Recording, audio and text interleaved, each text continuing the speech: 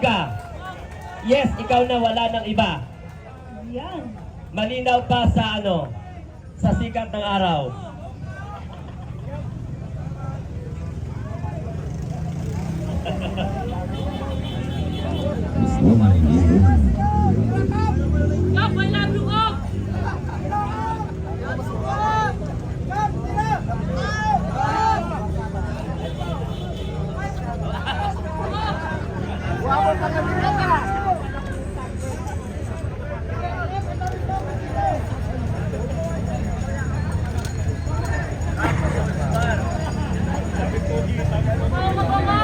Magandang hapon po sa inyo lahat, mga kaibigan.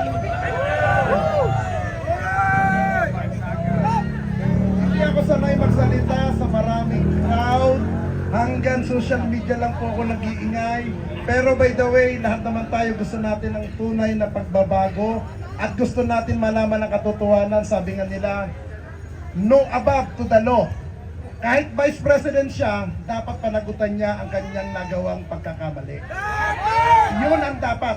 Hindi dahilan para may mga nagrally na awatin ang kanyang impeachment. Trabaho ng Kongreso na aksyonan ang impeachment complaint against kay VP Sara Duterte.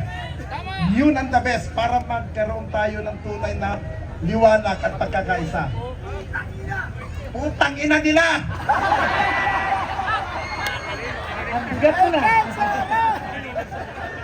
Ikaw na admin rin sa mag-synthesize. Yan. Hindi